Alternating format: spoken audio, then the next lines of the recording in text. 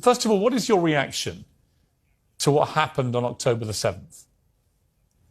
Oh, it was terrible, of course. I mean, we kind of get our news kind of also secondhand because, you know, my wife's family, they live in Gaza. They have cousins and uncles there, and their house also was bombed. We haven't been able to communicate with them for the past 3 days. Communication are lost. So we don't know actually what is the, how are they doing, but, you know, we're used to that. I mean, it's just like, it's very repetitive. We're used to that. We're used to them being bombed every time and moving from one place to the other. You know, it's just like those Palestinians, they're very dramatic. Israel killing us. But they never die. I mean, they always come back. You know, they're very difficult to kill, very difficult people to kill. I know because I'm married to one. I tried many times, couldn't kill her. So if you look to this graph, for example, this is the death of Israeli and Palestinians, and it's changing from 1 year to year. It's like fluctuating like crypto. So my question is today, what is the going rate today for human lives? I mean, 2014 was a great year for Ben Shapiro. 88 Israelis were died, and there was 2,329 Palestinians killed on the other side. That is one Israeli for 27 Palestinians. That is a very good exchange rate. What I'm saying is, what is the exchange rate for today? You guys will be happy. That's my question. Well, it's not me, it's not me guys. I'm not on either side. No, not you. Like when I say you guys, I say like the people on the other side of that. I know that you don't think like that, Piers. You're one of the good guys. But let me tell you something. I mean, the reason that I'm using this is that, I mean, I can't remember what happened in 2014, and there was no music festival, but there must be something. I mean, they must do something. It is their fault. It has to be something. I mean, 2018, 300 Palestinians died. Who's counting, you know? So the thing is, what my question is, let's find what is the exchange rate for human life today so we know, expect the future death of Palestinians and we'll be happy to it. If you were Israel, what would you... If I was Israel. If you were Israel and that had happened to you, what would you think would be the appropriate way for the country to respond? I would do exactly like Israel did, kill as many people as possible since the world is letting me do it. I mean, I can do it because I can, you know. But the thing is, like, you know what, I agree with you. And you know what, I'm going to be even ahead of you because I see the question coming. Do you condemn Hamas for the atrocity? Yes, I condemn Hamas. I condemn Hamas. I condemn Hamas is the source of all evil. They're a reason for everything. And you know what, let's for a minute imagine a world without Hamas. Right.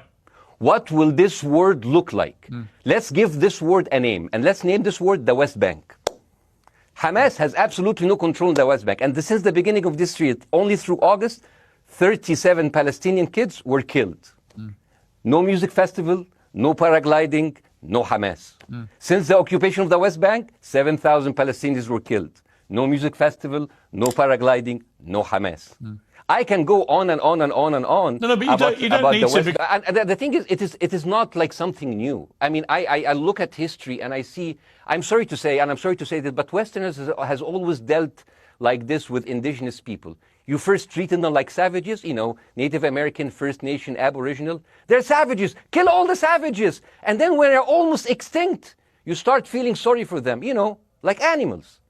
So maybe the solution is that we kill as many Palestinians as possible so the few of them that remains do not bother you. And maybe Netanyahu, when he lives for another 100 years, he'll become a tree hugger. Let me just challenge you on this. And he will campaign for preserving the three Palestinians. You keep talking about... Yeah. I want to understand, what is the logic of Israel carpet bombing Gaza? I mean, if there's a logic, if this will make Israel safe, I want to hear the logic. So if they continue bombing, what are they hoping to achieve? Well, I think we know what their stated aim is. Their stated aim is to eradicate and wipe out Hamas. They believe Hamas are living predominantly in northern Gaza. They also are aware they're living amongst civilians. So it's an incredibly difficult thing. As I said in my monologue, you know, it is very, very difficult to see how they do this without massive collateral damage. So if I can understand this correctly, basically Israel is doing this to pressure the Palestinian community in Gaza to turn against Hamas. Is that right? I'm sure that's part of it, yes. That's part of it. So this is exactly what terrorist organizations do, because terrorist organizations will have no chance beating a whole nation in battle. So they terrorize and they kill the civilians in order to spread fear and terror so they can turn against their government to change their policy or to resign. You have just compared Israel with ISIS. No, I haven't. I don't see any comparison between It's going to be the headlines tomorrow. Piers Morgan, Israel is ISIS. Only amongst people. You know what? I'm going to do something that nobody done on your television. You know what I'm going to do on your episode? I'm going to pretend that I'm an Israeli citizen. I'm going to put myself in the place of an Israeli settler in the kibbutz. And I want to speak to my Prime Minister, Benjamin Netanyahu. Mr. Benjamin Netanyahu, I have voted for you because you have promised us peace and prosperity and security. On the 7th of October, those son of bitches Hamas, they went into the fence that is regularly heavily guarded. Usually if there's like a dove that comes close to it, it will be shot. Those people went in and they went for 6 hours before IDF forces was deployed, killing our friends, our families, kidnapping our grandmothers and babies, and went in. I want to ask you, Mr. Prime Minister, after you have fractured the Israeli community and you have fucked our courts, our Supreme Courts, what are you doing with the money being given to you, to the United States? Also, you are carpet bombing Gaza with absolutely no regard to our hostages, our people. I heard a rumor in the kibbutz that you're doing that you let that happen as an excuse to carpet bomb Gaza, so you push them into Sinai. And I didn't believe it. That's like, not my prime minister. He can never do that. And then I watched an interview for Danny Ayalon. He was your chief advisor. He was also the Israeli ambassador to the United States. And you know what he said, Mr. Prime Minister? He said that the solution for those Palestinians is to go into a vast land of Sinai and live into tent cities temporarily, temporarily, wink wink, until we build Gaza again, and then we invite you back. يعني عبط احنا بقى. يعني فاهمني؟ We've seen this movie before. So يعني, and when I saw this, I couldn't explain to my fellows in the kibbutz, how come our Israeli government is trading human lives for another piece of land? So as an Israeli citizen, I need to hold my Israeli government accountable. The thing is, this is the problem. Israel always victimizes itself, and I have never seen a victim putting their oppressor under siege and bombing them 24/7. Israel wants you to believe that they are the victim.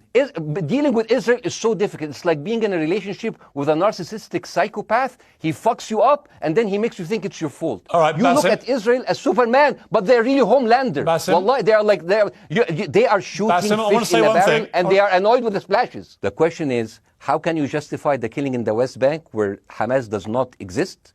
And if the disproportionate response during over all of these years have actually worked, what will be new this time that did not happen before? I just want to. That was my question. Okay, that Bassem, was my question. I'm gonna. Okay. So now, if I ask the question, can I say something on my side? Well, a little bit personal? Bassem, with respect, a little bit personal. Bassem, with respect, I gave you half the show to have your side. Jeremy's had a lot less time. I'm going to have to. You want move me on. to leave?